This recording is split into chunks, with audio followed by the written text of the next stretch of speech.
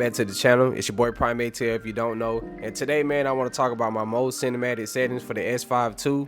And I also want to show y'all a few tips and tricks that y'all probably don't know about. So let's get into it.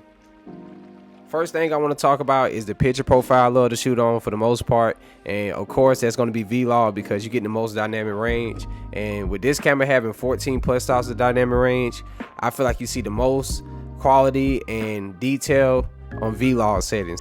So my settings for V-Log is 0.5 for sharpness and +5 for noise reduction. The reason for that is I feel like noise reduction is a good thing to turn on when you're using V-Log because this profile creates a lot of noise, especially in the shadows.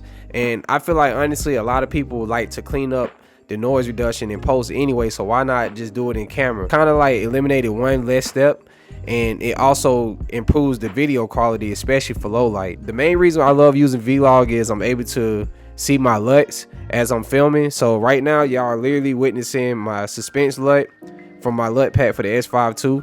I'm gonna actually put it on the screen right here. Y'all can scan this QR code or you can go down to the description and download it. But it literally gives you that real cinema look in camera. And what's dope about the S5ii is they have the in real time LUT feature, which allows you to bake this LUT into your footage, so that way you don't have to color grade later on. So you get 8 in that LUT pack, and to be honest, those 8 LUTs is what I use 90% of the time. But anyway, we're gonna go down to Syncro Scan. So Syncro Scan is a dope feature as well. This is great for if you're shooting in a place that have like those weird LEDs that create a lot of flicker, because you know the quality of some lights are just not good for filming. So when you have that problem, you want to turn on Syncro Scan, and what that does is it allows you to adjust your shutter speed or your shutter angle to an offset number, and then it'll eventually like eliminate the flickering. So another feature I would like to highlight is the shutter speed and gain operation. For me, I love to set mine to shutter angle and ISO. The reason for that is whenever I'm shooting at a certain frame rate, it automatically lets my camera know to double my shutter speed to match and to get the perfect motion blur every time. So for example, if I was shooting in 24 frames per second, it's going to automatically let my camera know to set my shutter speed at 1/48 shutter speed, so that way it also gives me that perfect motion blur and it just matches whatever frame rate. So if you even switch to 120 frames per second, 60 frames, you don't ever have to worry about your shutter speed being at the wrong setting, and your motion blur is literally going to be perfect every time. So that's something great to know. The next thing I would like to talk about is my record quality setting. So as of right now, you are seeing me using 5.9K for the most part for like YouTube and stuff, since you know it still utilizes that widescreen. I love using this, but I see a lot of people are gravitating towards that open gate 3:2 ratio, and on this camera it's going to be the 6K 24. This right here is a dope feature because no matter what you're shooting, you always are able to reframe it and not lose any quality because you're utilizing the full sensor. The autofocus detection settings, I have mine set on because that's the reason why I bought this camera, is the autofocus detection. And I do want to say it works very well. I do have another video showing like how all of my lenses, even my EF lenses, work on the S5ii in real time, so that way you can see like how the tracking actually follows you and everything. But anyway, go check that video out. That's a very dope feature to have. Detecting the subject setting for the most part is usually at human, but if I'm doing like something where it's a lot of movement and stuff going on, I like to switch it to animal plus human. But like I said, my favorite setting is human for the most part. Autofocus custom settings, I have this set off, but this is good if you don't feel like the autofocus is catching on to stuff fast enough. You can tweak it. Somebody told me on YouTube a while ago that autofocus speed +3 and autofocus sensitivity +1 is like the best settings for the S5ii. To be honest, you clearly see I have it off because I think that the autofocus is naturally good on this camera. My continuous autofocus mode is set to 2, and the reason for that is it shows how the autofocus is going to work even before you hit record, so that way you can know like how the subject and everything is going to be, you know, tracked or whatever before you even start filming. So I just think that's dope to literally see how the autofocus is going to work in certain lighting conditions and all of that at all times. So I keep this mode on instead of the first one. Autofocus assist light on. I have my one area autofocus movement speed to fast, and That's because I move pretty fast. I got long legs. I'm just bullshitting, but yeah, I keep that to fast for the most part. But anyway, I'm gonna go down to these audio settings.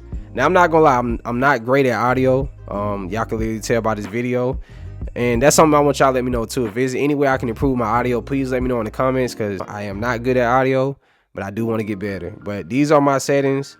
I literally left these as a default. I think only thing I changed was this from -6 down to -12, but outside of that, I don't really tweak too many settings. Now I did change my wind cancellator to standard, and it does work pretty well. The mic socket set to plug-in power. Anyway, I want to talk about the image stabilization settings. I have it set to normal, and especially somebody like me who loves shooting handheld for 98% of the time, I don't like using gimbals. So right here you see I got the E stabilization set on, and down here I have the boost image stabilization turned on as well. I'm not gonna lie, when you have all three of these different stabilization settings turned on, not only are you a human tripod, you literally are a walking gimbal as well. If you do have an anamorphic lens, you clearly see they have this anamorphic setting down below.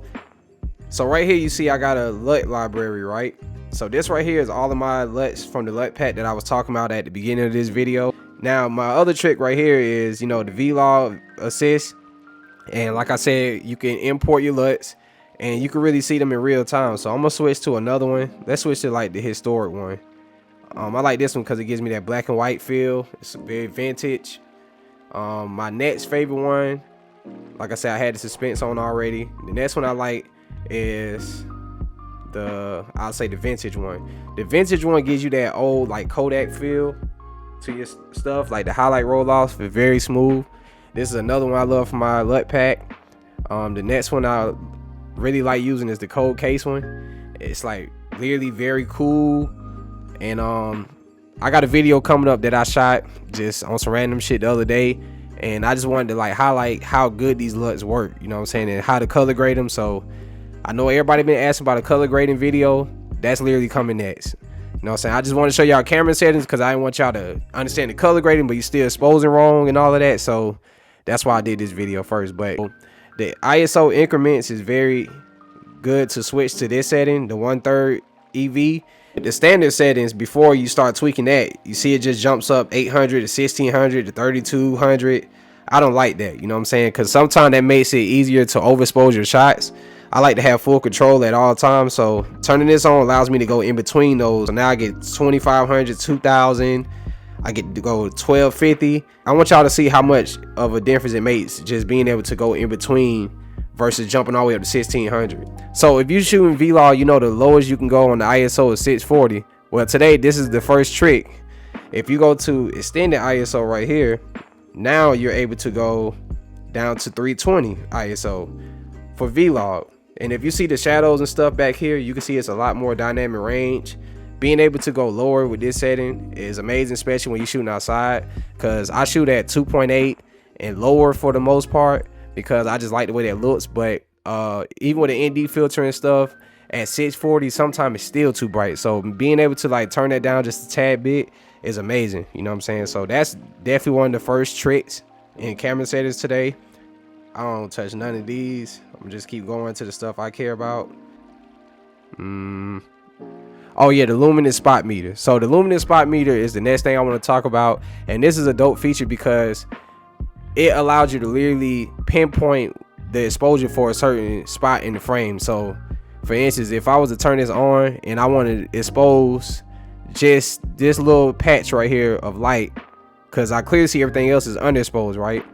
When I go back, it's going to literally show me the exact luminance for that spot. This is a great feature to have because it allows me to literally target a certain area that I care to have exposed a certain way. So say if I wanted everything else to be dark, but I just wanted this one spotlight or this one area with the subject to be lit perfect, now I'm able to just target that one area, because the old standard way allows you to see the full frame in the exposure of that. But the reason why that could be a problem is it kind of don't give you the right information, because you might want the shadows to be dark, but it's telling you the whole shot is underexposed, but you kind of was going for that. So now something I like using is the zebra pattern at zebra 2. The reason for that is I like making sure my highlights are good, you know, because The smoother your highlight roll off is, the better your footage look, and plus you get more dynamic range. So I just think it's always good to do that. But the next most important setting that I feel like you should have on at all time is the red record frame indicator. Now, I cannot stress how important this is, because I'm gonna give y'all a little story time.